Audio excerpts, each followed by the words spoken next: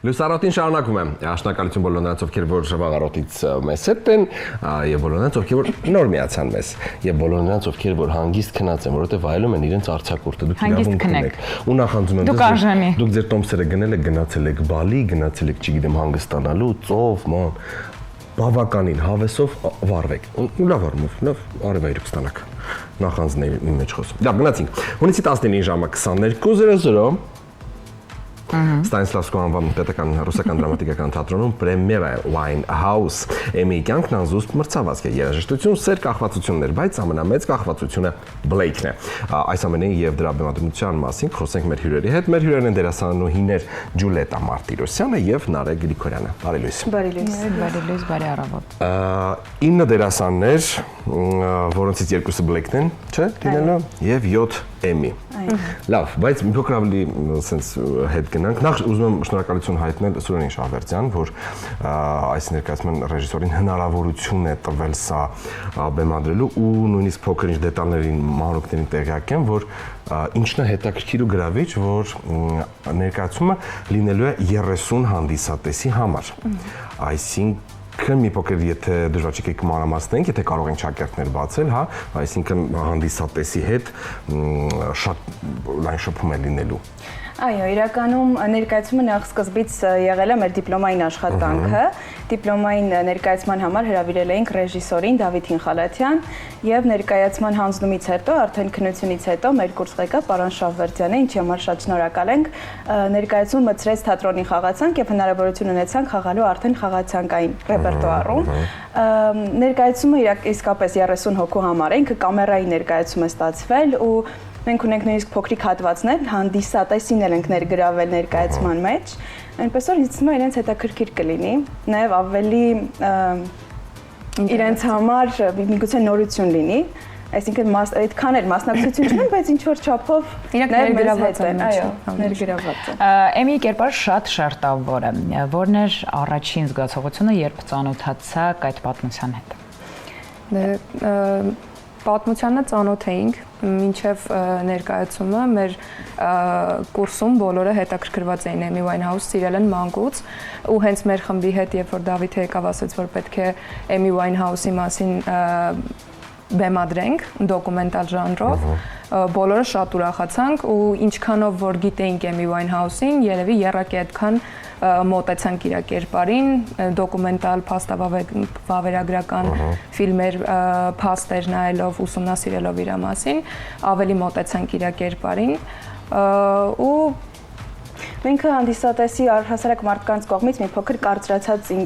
մտածելակերպ ունեն իր մասին, փորձել ենք ինչ որտեղ փոխել մարդկանց մոտեցումը Էմիի մասին ու իրան մի փոքր այլ կողմից ներկայացնել ոչ միայն այն Էմիին, որին մարդիկ գիտեին, այլ այն Էմիին, իրական Էմիին, այո, իր կյանքը, իր թուլություններով հանդերձ։ Դեք 2006 թվականին Back to Black-ը որ արժանացավ 5 Grammy, այսինքն դա արդեն բավարար է այդ մարդու մասին խոսալը։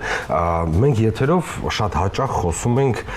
թմրանյութերի, ալկոհոլի եւ ծխախոտի բացասական ազդեցության մասին ու դա մեր կարևոր թեմաներից է լինում, երբ որ մենք այսպես ասած հորդորում ենք, պահանջում ենք եւ քարոզում ենք, որպեսզի հնարավորինս բոլորը հեռու լինեն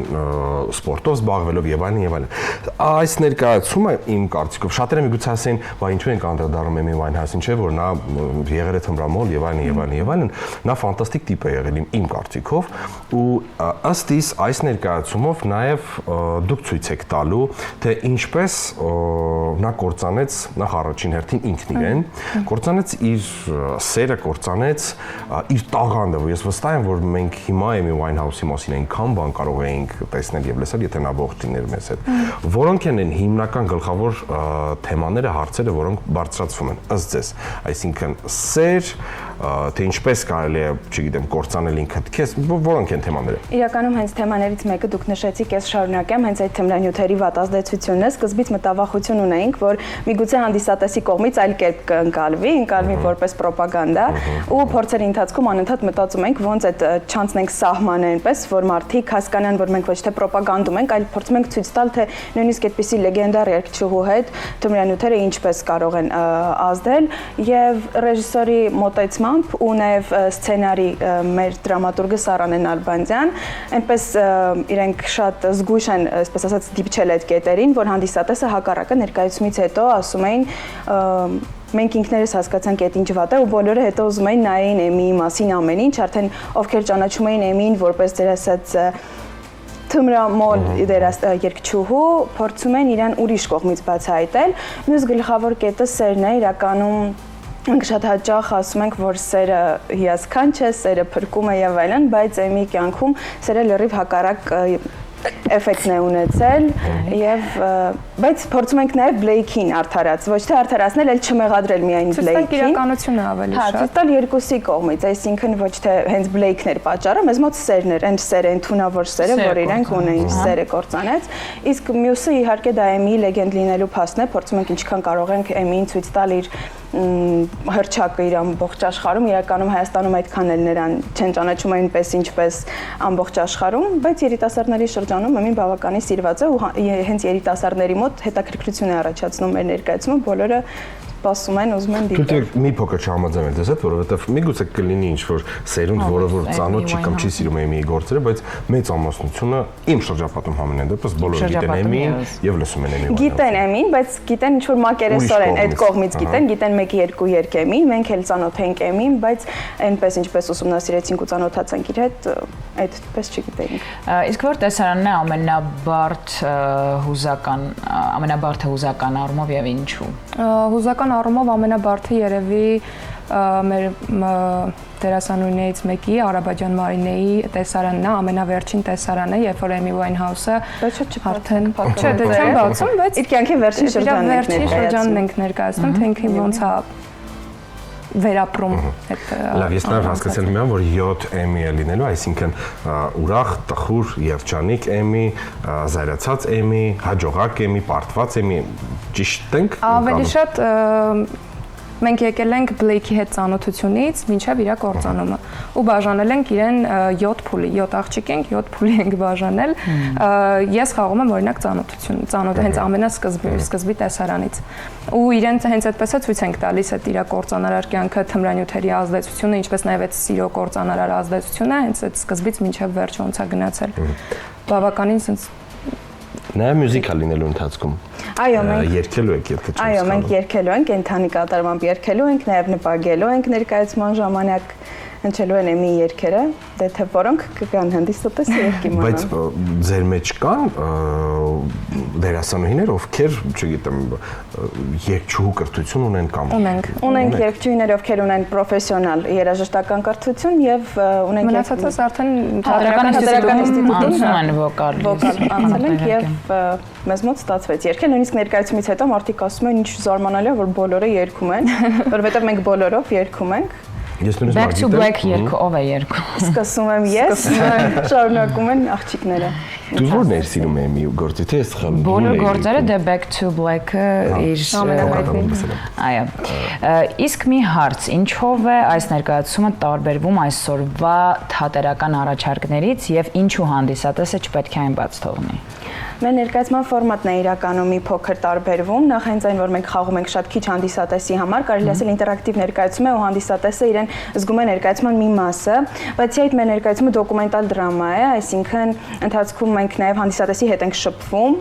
խոսում ենք հանդիսատեսի հետ, մենք ունենք նույնիսկ տեսարան, որ հարցազրույցի տեսարան է։ Հետո կարծում եմ պետք չէ բաց թողնել հնարավորություն տեսնել ու ճանաչել այն հռչակավոր երգչուհիներից մեկին, որի մասին շատ քիչ պատկերացումներ ունենք։ Եվ իրականում բավականին լավ ժամանցային ներկայացում է, ինչով էլ պայմանավորված է մեր տարօրինակ ժամին խաղալը։ Մենք կարող ենք օրինակ գալ, թե արդեն տոմսերը սպառված են։ Կարող եք հունիսի 19-ին, կարող եք ժամը 10-ին համենալ Ստանիսլավսկու անվան ռուսական դրամատիկական թատրոն եւ տեսնել։ Ցավոք սրտի Էմին այն արտիստներից է, ով դասում է 27-ի ակումբին, հա, Կուրտ Կոբեյնն այնտեղ նաև։ Ինչ եք կարծում, որ օրինակ այս ամենից հետո իհարկե վստահ եմ ֆանտաստիկ ստացված կլինի ձեր մոտ, որ արտիստին նույն ֆորմատով կուզեիք, որ անդրադառնային։ Ձեր նշած Կուրտին, բայց մենք դե ցավոք չենք կարող Կուրտ Կոբեյն խաղալ։ Դե միգուցե Կուրտ Կոբեյնի կյանքում կլինեին կանեք, ովքեր դուք կարող եք մարմնավորել։ Միգուցե իրականում այո շատ կուզենայի, որ տեսեք դուք ասում եք իրենց ճանաչում են, բայց Հայաստանում բավականին քիչ են իրենց ճանաչում ու հենց վատ կողմից են ճանաչում, հա ուղղակի թմրամոլ երկիչ է կամ թմրամոլ երկչուհի է, բայց կցանկանայի, որ այդ մարդկանց կյանքի ողբերգությունը, այսպես ասած, իմանային ու հասկանային, թե ինչի են իրենք այդ ճանապարհով գնացել։ Հենց Կուրտ Կոբեյնը կամ եթե չեմ սխալվում, Ջիմի Հենդրիքսն էլ է 27-ից իրենց մասին կցանկանայի լիներ։ Ես անձամբ կգնայի այդ ներկայացումները, եթե նույնիսկ չխաղայի։ Բայց ես նաև կարծում եմ, որ այս ներկայացմանը բացի այն, որ հանդիսատեսը ել ավելի իրական Էմի Ուայնհաուսի մասին ինչ-որ բան կիմանա կամ կծանոթանա, սա նաև հնարավորություն է, որովհետև հասկանալու ինչ-որ բաներ, որովհետև յուրաքանչյուրս էլ հայտնվում ենք կյանքում ինչ-որ պահերի, երբ որ հասկանանք, որ մենք պատրաստ ենք օրինակ հանուն սիրո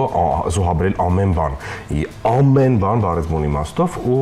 այդտեղ շատ մտածելու, շատ հարցերի պատասխաններ ստանալու նաև հնարավորություն կլինի, արդյոք։ Այո, իհարկե, որովհետև ինչպես նշեցիք, երբ մարդիկ սիրում են, պատրաստ են զոհաբերել նույնիսկ իրենք անձամբ իրենց, բայց կարծում եմ, որ պետք է առաջինը միշտ կյանքում սիրել ամենաշատը քեզ ու հասկանալ, որ կյանքում դու ունես քեզ ու մնացած բոլորը արդեն երկրորդական են։ Այս դեպքում Էմին այդպես չի արել ու տեսնում ենք, թե ինչպիսի ավարտ է ինքը ունեցել։ Եթե ինքը չսիրեր Բլեյքին իրենից շատ, կարծում եմ ինքը մինչ այսօր կենթանի կլիներ։ Մենք Բլեյքից ընդհանրապես կարելի ասել գրեթե չխոսեցինք, ցավոք սրտի նա իր կերպարմամբ այստեղ չէ։ Դուք ասում եմ մենք խոսեցինք միայն Էմի մասին խոսեցինք, որ բարդ է Էմի կերպարները խաղացողներ, բայց Բլեյքի դեպքում էլ նա ինչու Բլեյքինը երկու դերասան է։ Քանի որ ի սկզբանե բաժանվել էինք 9 հոգու ու երբ որ թեման վերցրեցինք, մեր խմբում 2 տղա էին ու հենց այդպես էլ բաժանվեց, որ երկուսն էլ պետք է Բլեյք խաղան ու իրանք էլ նույն ձև տարբեր իրավիճակներում պետք է խաղան։ Իրա բարդություն, իրանց կերպարի բարդություն որովհետև կարծես ամեն ինչ Բլեյքի որովհետև այո, ամեն ինչ բարդվում է իր վրա ու մենք տեսարան ունենք, երբ Բլեյքը չեմ բացի փակագծերը, չի կարող ասել։ Արդյոք հնարավորություն հանդիսատեսը նայեք պատմությունը այլ կողմից նայել, հա մենք սովորենք միայն լսել օրինակ Էմի տարբերակը գիտենք, հա որ Բլեյքն է մեղավոր ամեն ինչ, բայց Բլեյքն էլ իր պատճառներն արդարացումներն ու պատմությունն ունի։ Նայել է մարդ, նայել է ունեցել զգացմունքներ ու շատ բարդությունների միջով նաև նա է անցել, որովհետև իրականում շատ դժվար էր Էմիի կողքին լինել ու ոնց որ ես դեռ արտիստի կողքին լինելը բարդ է։ Հանդիսատեսը կարող է տեսնել նաև Բլեյքի ապրումները, թե ինչպես է զղջում կամ չի զղջում, կհասկանանք արդեն ներկայացման ժամանակ, բայց ասեմ, որ Բլեյքին մարմնավորում են 2 տղաներ, Արեգա Ամիրյան եւ Պաշա Ամիրխանյան։ Նրանք շատ Պաշան նաև 2 կերպար է խաղում եւ նաև լրագրողի կերպար է լրագրող ու մատուցող բարմեն։ Նաև ես վստահ եմ, որ գիտեք, մենք միշտ յուրաքանչյուր ներկայացման ժամանակ խոսում ենք միայն ռեժիսորի, դերասանների, սցենարի, վերջ ու սահմանափակվեցինք, բայց ըստ իս յուրաքանչյուր ներկայացման ժամանակ նաև շատ կարևոր է լուսային հնարավորությունները, դեկորային, որովհետև պատմությունն էլ ավելի ամբողջական են դարձնում։ Արդյոք այս ներկայացմանը մենք կտեսնենք լուսային եւ դեկորային հագեցած փունջ, թե դա այդքան է կարևոր չէ այս ներկայացմանը։ Լուսայինը կարծում եմ կարևորություն ունի, որովհետև մենք շատ ենք աշխատել, որ հենց ստանանք երեկոն, մեր ուզած առավոտը եւ այլն, բայց դեկորային կարելի ասել չունենք համարյա ոչինչ, մենք դեկորներ ունենք։ Մենք բեմի ներքևի հատվածում ենք, վերևում մեր պտտվող բեմն է ու դա էլ ենք օգտագործում ու հենց տարածքը այնպիսինն է, որ Էմի հոգեկան վիճակին համապատասխան տեղ է, այդտեղ արդեն ավելորդ կլիներ ինչ որ ուրիշ դեկորացիաներով լցնել է։ Բայց մենք այդ փոքրիկ տարածքում նույնիսկ շատ հետաքրքիր, այսպես ասած, շարժումային հատվածներ ունենք, բարային հատվածներ, որը մեզ հետ բեմադրել է Տոման Այդինյան, իսկ լուսային ձևավորումը, ինչի համար նաև շատ շնորհակալ ենք, արել է Հայկ Աղաբեկյան, ու շատ իրականում շատ հետաքրքիր գեղեցիկ միջավայր ենք ստացել։ Եվ այս ամեն ինչը ինչ ժամանակահատվածում է տեղավորվում, այսինքն ինչքան է տևում ներկայացում մոտավոր։ Մոտավոր, եթե չեմ սխալվում, տևում է 40։ Չէ, 1 ժամ, նույնիսկ մի քիչ ավել երևի։ Չէ, 1 ժամ, նույնիսկ ավել։ Խաղացանկային է եւ ես վստահ եմ, որ եթե 19-ին չհասցնենք, երբ կարող ենք հաջորդը։ Դեռ չգիտեմ հաջորդը։ Այո, կարող եմ տեղեկանալ Ստանիսլավսկու էջից, դեռ չգիտեմ։ Ես ուզում եմ ուղղել իմ վերջին հարցը։ երբեմն ներկայացնում եք իրական մարդու ողբերգական ճակատագիրը։ Ինչպես եք պահպանել հավասարակշռությունը փաստի եւ արվեստի միջեւ։ Իրականում երևի ռեժիսորի օգնությամբ ու դրամատուրգի ճիշտ կառուցված դրամատուրգիա։ Պիեսը գրվում էր հենց մեզ հետ զուգահեռ, այսինքն մենք չունեինք պիես, դրամատուրգը գրում էր պիեսը յուրաքանչյուրիս համար, ծանոթանալով մեր կերպարին, մեր խառնվածքին, արդեն հասկանում էր ում ինչ շրջան կարող է տալ, գրում էր մեզ համար պիեսը, Դավիթը ռեժիսորը գալիս էր պիեսով, ասում էր, այսօր ունենք քո տեսարանը, սկսում ենք աշխատել, ու այդ փաստերը եւ այդ արվեստի մոտ խառնել ենք իրար, այսինքն վավերագրական, գեղարվեստական դրամա ենք ստացել։ Եթե ուզում եք այդ 30-ից մեկը հենց դուք լինեք, հունիսի 19-ին ժամը 22:00 Տոմսերը նախապես գնում եք վայելում եք Ստանիսլավսկու անվան պետական ռուսական դրամատիկական թատրոնում պրեմիերա է